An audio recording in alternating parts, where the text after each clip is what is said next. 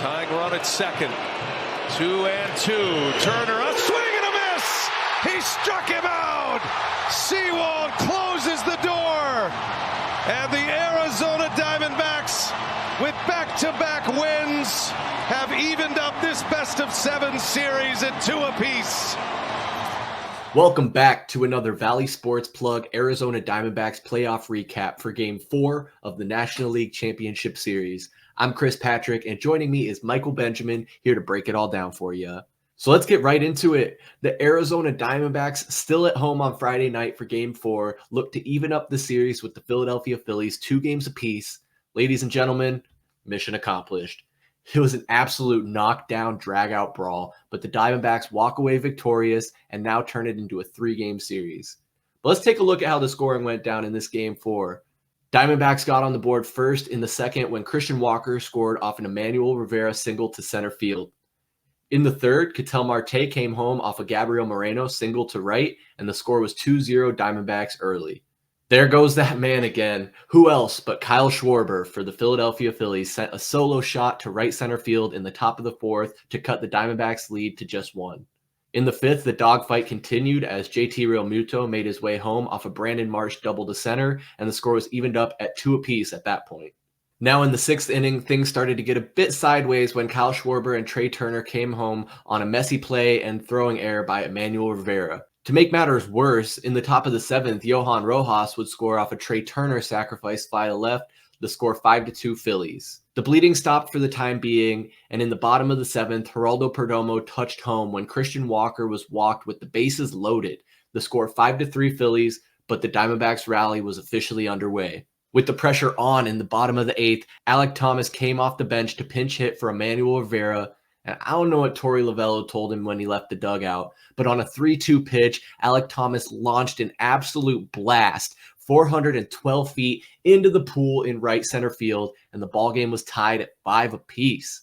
With runners still in scoring position, Gabriel Moreno smacked a single to center field, and Ketel Marte came home, giving the Diamondbacks the 1-run lead 6-5. Of course, Paul Sewald stepped up in the top of the 9th and slammed the door shut in this one, and the final score remained 6-5 Diamondbacks, and the series is now evened up at 2 games apiece. And for this Game 4, we're going to break down just 2 keys of the game for you. So, Mike, what do you have as our first key in this one? We had some absolute legends in the building. Not only were all of you beautiful Diamondbacks fans in attendance, including our own VSP Tallman, but D-Book was out there recording. Larry Legend threw out the first pitch. Just immaculate vibes. And are you serious? The snakes are alive, baby. Like Chris said, we got 2 quick keys for you because I know we're all chomping at the bit for Game 5. And the first one was simple. It's the young guns. Gabby Moreno continues his stellar playoffs with a 2-hit performance and the go-ahead single off Alvarado, who has been a problem.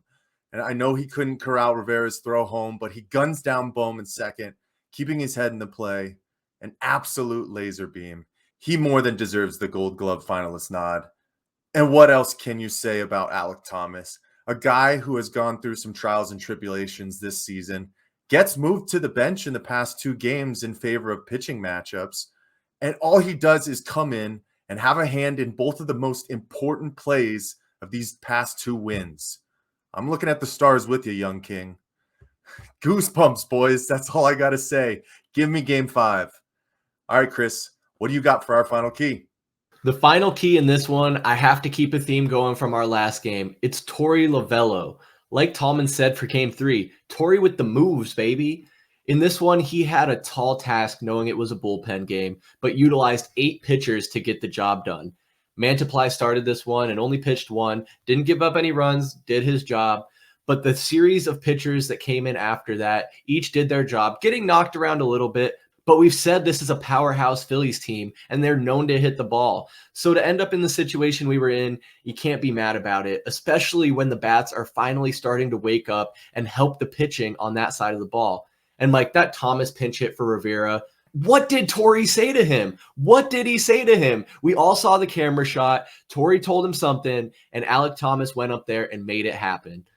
Man, I'm just so happy for Torey Lovullo. He's made it through the dog days and the rough couple years that it's been here recently, but he's showing that he's perfectly capable of being a manager and a successful one in this MLB as long as he has a competitive roster and guys ready to go to war for him.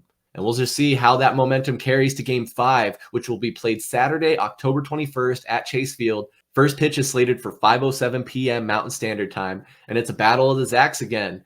Zach Gallen on the bump for the D-backs, Zach Wheeler for the Phillies.